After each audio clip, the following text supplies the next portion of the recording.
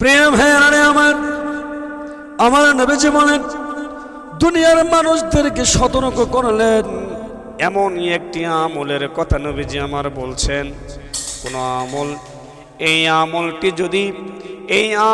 যদি আল্লাহর জমিনে কোনো নারী কিংবা পুরুষ করেন, নবীজি আমার বললেন এই মানুষটি মৃত্যুর পরপরই আল্লাহর জান্নাতে মেহমান হয়ে যাবে। ওরে আমার ভাইয়েরা শুনুন, বিশ্বনবী নবী মুহাম্মদুর রাসূলুল্লাহ সাল্লাল্লাহু আলাইহি ওয়াসাল্লাম কোন একদিন সাহাবাদেরকে ডাক দিয়ে বললেন, সাহাবারা রে, তোমরা কি দুনিয়ার জমিনে জান্নাতের সাহাবী দেখতে চাও? সাহাবারা বললেন, ইয়া রাসূলুল্লাহ, ইয়া হাবিবাল্লাহ, জান্নাতি সাহাবী কে না দেখতে চায় গো নবী?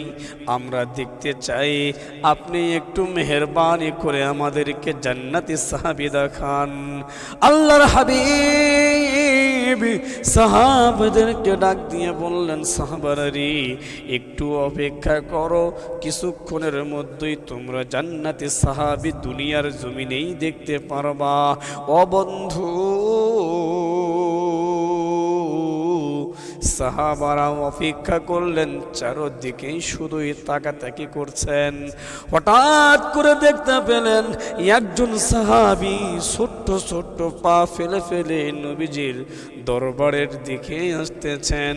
আমার নবীজির দরবারে আসার সঙ্গে সঙ্গে আমার নবীজি আগে সালাম দিলেন, এ ভাইয়া। নবীজি আমার সালাম দিলেন, সাহাবী সালামের উত্তর দিয়ে দিলেন। কিছুক্ষণ পর সাহাবী যখন বসে গেলেন, আমার নবীজি বললেন, সাহাবারা রে, আমি যে একটু আগেই তোমাদেরকে বলেছিলাম, তোমরা কি দুনিয়ার জমিনে জান্নাতি মানুষ দেখতে চাও? সাহাবারা, তোমরা বলেছিলা ইয়া রাসূলুল্লাহ, জান্নাতি মানুষ দেখতে চাই। এই যে দেখো, আমার ডান পাশে বসিয়া আছি, তোমাদের সাথে বসিয়া আছি, এই আমার সাহাবী।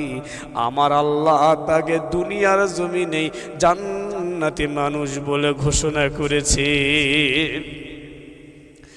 সাহাবারা বললেন, ইয়া রাসূলুল্লাহ, ইয়া হাবিবাল্লাহ, আমরা সৌভাগ্যবান, আমাদের সঙ্গে বসে আছেন জান্নাতি মানুষ। নবী গো, আমরা জানতে চাই কোন আমল করার কারণে দুনিয়ার জমিন থেকে জান্নাতি সার্টিফিকেট লইয়া কবরে চলে যাবে? আল্লাহর নবী ডাক দিয়ে বললেন, সাহাবীকে